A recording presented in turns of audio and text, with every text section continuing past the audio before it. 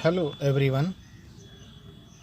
आज हम इस वीडियो में देखेंगे कि गोली दर्पणों के द्वारा प्रकाश की किरणों का परावर्तन किस तरह से होता है, यानी प्रकाश की किरणें किस प्रकार से गोली दर्पण के द्वारा परावर्तित कर दी जाती हैं।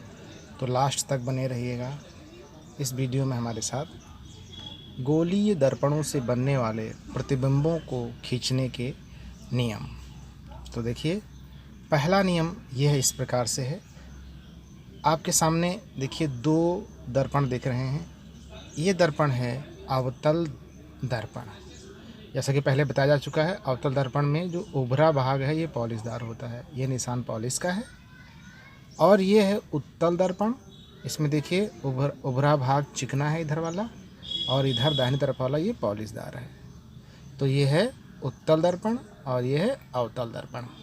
तो उत्तल दर्पण के द्वारा जब भी कोई प्रकाश की किरण मुख्य अक्ष के समांतर, ये देखिए मुख्य अक्ष है, पिछले वीडियो में बताया जा चुका है, ये मुख्य अक्ष है, इसके समांतर कोई प्रकाश की किरण ये वाली अगर आएगी, समांतर मतलब जैसी ये है उसी प्रकार से उसी कोण से ये वाली आएगी और आके दर्पण से टकराएगी, तो टकराने के बाद इस प्रकार से ये परावर्तित हो जाएगी।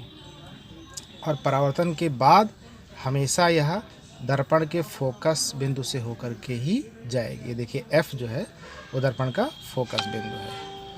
तो ये पहला नियम है कि जब भी कोई प्रकाश की किरण मुख्य अक्ष के समांतर आएगी और दर्पण से टकराएगी, तो टकराने के बाद जब ये परावर्तित होगी तो हमेशा दर्पण के फोकस बिंदु से होकर के जाएगी। वहीं अगर हम उत्तल दर्पण की बात करें तो उत्तल दर्पण में देखिए ये हमारा मुख्य अक्ष है, इसके समांतर कोई प्रकाश की किरण ऐसे आ रही है और दर्पण से टकरा रही है। देखिए टकराई यहाँ पे, और टकराने के बाद देखिए इस तरह से ये परावर्तित हो गई। तो यहाँ पे ये कहेंगे कि जब भी कोई प्रकाश की किरण मुख्य अक्ष से समांतर आएगी और उत्तल दर्पण से टकराएगी, तो टकराने के बाद यह जब परावर्तित होगी तो ऐसा प्रतीत होगा कि यह दर्पण के फोकस बिंदु से होकर के आ रही है। दर्पण के फोकस बिंदु से होकर के यह आ रही है। देखिए चित्र कुछ गलत है, ये यहाँ ऐसे होना चाहिए। ये दर्पण के फोकस बिंदु से होकर के आ रही है। अगर हम यहाँ से देखेंगे तो ऐसा लगेगा कि ये प्रकाश की किरण दर्पण के फोकस बिंदु से आ रही है।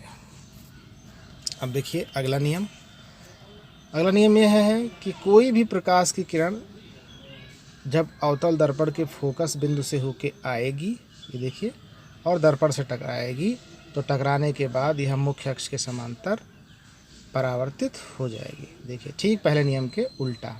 ये देखिए प्रकाश की किरण ये आ रही है और ये है दर्पण के फोकस बिंदु से होके जाएगी और जा करके यह दर्पण से टकरा रही है यहाँ पर, और टकराने के बाद यह परावर्तित हो जा रही है दर्पण के द्वारा, और यह मुख्य अक्ष से समांतर देखिए इस तरह से निकल जा रही है।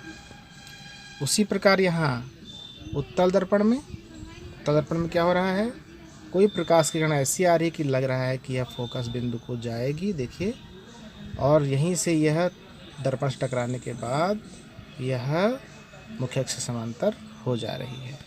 अगला देखिए, तीसरा नियम यह है कि कोई भी प्रकाश की किरण अगर अवतल दर्पण के वक्रता केंद्र से जाती है तो परावर्तित होने के तुरंत उसी मार्ग से वापस हो जाएगी। देखिए चित्र से समझ में आएगा।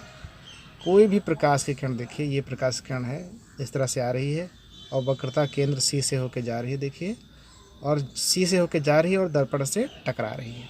तो टकराने के बाद पुनः उसी मार्ग में वापस इस तरह से लौट जाएगी। देखिए ये आई और आने के बाद टकराई, यहाँ से टकराने के बाद फिर ये उसी मार्ग में वापस लौट गई। वहीं पर देखिए उत्तल दर्पण में आभास होता है, कोई प्रकाश किरण आ रही है, लग रहा है यह वक्रता केंद्र को जाएगी, लेकिन यहीं पे टकरा जाती है दर्पण से, तो टकराने के बाद पुनः यह अपने मार्ग में वापस चले जाते हैं, सीधे उसी मार्ग में। तो यह तीन नियम हैं प्रकाश की किरणों के परावर्तित होने के, कि दर्पणों के द्वारा, गोली दर्पणों के द्वारा प्रकाश की किरण को किस प्रकार से परावर्तित किया जाता है। तो आप इन चित्रों को भली भांति समझ लीजिएगा।